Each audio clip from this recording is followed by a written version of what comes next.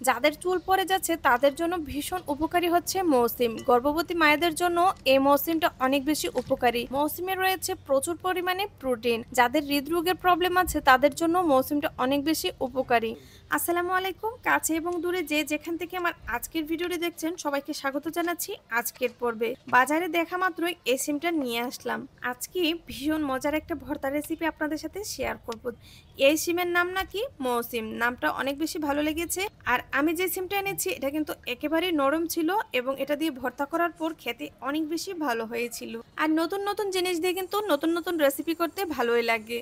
তো আমি আমার মতো করে ভর্তাটা করেছি, আশা করছি আপনারাও যদি এরকম করে একবার ট্রাই করে দেখেন আপনাদের কাছেও অনেক বেশি ভালো লাগবে। কিছু শুকনো মরিচ তেলে ভেজে নিলাম, সেই সঙ্গে এক পিস মাছ, যে কোনো এক পিস মাছ এই ভর্তার জন্য লালচে করে একটু ভেজে নেবেন।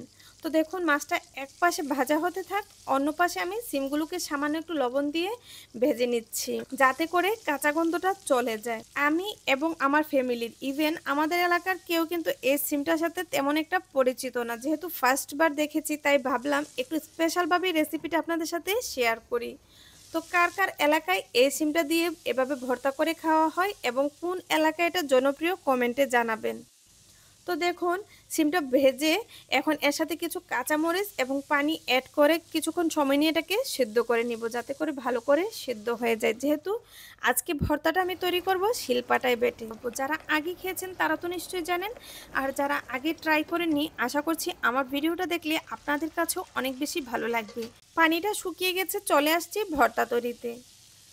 শিলপাটা এখন সুন্দর করে সবগুলো উপকরণ বেটে নিব। ফার্স্টে শুকনো মরিচের সাথে কিছুটা লবণ দিয়ে একটু বেটে নিলাম। এখন অ্যাড করে দিচ্ছি কিছুটা পানি যাতে করে আরও ভালো করে মরিচটা বাটা হয়ে যায়। এখন দেখুন কিছু বিলিতি ধনিয়া পাতা মরিচটার সাথে বেটে নিচ্ছি, সুন্দর একটা ফ্লেভার আসছে।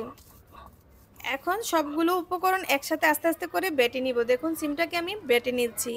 আর আপনারা কিন্তু দেখে নিশ্চয়ই বুঝতে পাচ্ছেন যে আমার আনা সিমগুলো কতটা নরম ছিল, একদম গলে গেছে আর বাটতেও কতটা সুবিধা হচ্ছে। তাই চেষ্টা করবেন, যেহেতু ভর্তা করবেন তাই এই নরম সিমগুলোই বাজার থেকে আনার জন্য, এতে করে কিন্তু ভর্তাটা বানাতেও অনেক বেশি সুবিধা হবে।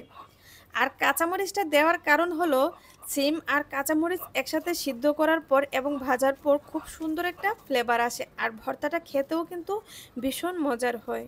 কথা বলতে বলতে সবগুলো উপকরণ আমার বাটা হয়ে গেছে। এখন এর সাথে যে মাছটা আমি ভেজে রেখেছিলাম সেই মাছটা অ্যাড করে দিচ্ছি। আমি এখানে একটি পাঙ্গাস মাছের পিস নিয়েছি। আপনারা চাইলে পাঙ্গাস মাছ যদি না খেতে চান তাহলে স্কিপ করতে পারেন। আর কিছু পেঁয়াজ মোটা মোটা করে এর সাথে অ্যাড করে দিচ্ছি। ভর্তার মজাই হচ্ছে এরকম করে পেঁয়াজ দিলে যখন ভর্তা খাবো আর কামড়ে পড়বে তখনই কিন্তু ভর্তাটা খেতে অনেক বেশি ভালো লাগে। যেহেতু ফার্স্ট বার ট্রাই করেছি, নেট ঘেটে ঘেটে এর পুষ্টিগুণ সম্পর্কেও একটু জেনে নিলাম। এই সিমে রয়েছে প্রচুর পরিমাণে প্রোটিন এবং ভিটামিনের নানা উৎস, তাই সকলের জন্যই কিন্তু এই সিমটা অনেক বেশি উপকারী। এখন বাজারে এই সিমের সিজন চলছে, তাই দেখা মাত্রই নিয়ে আসবেন আর এরকম করে ভর্তা বানিয়ে খেতে পারেন। আশা করছি আমার আজকের রেসিপিটাও আপনাদের কাছে অনেক বেশি ভালো লাগবে। যদি ভালো লেগে থাকে লাইক কমেন্ট ও শেয়ারের পাশাপাশি পেজটিকে ফলো দিতে ভুলবেন না প্লিজ।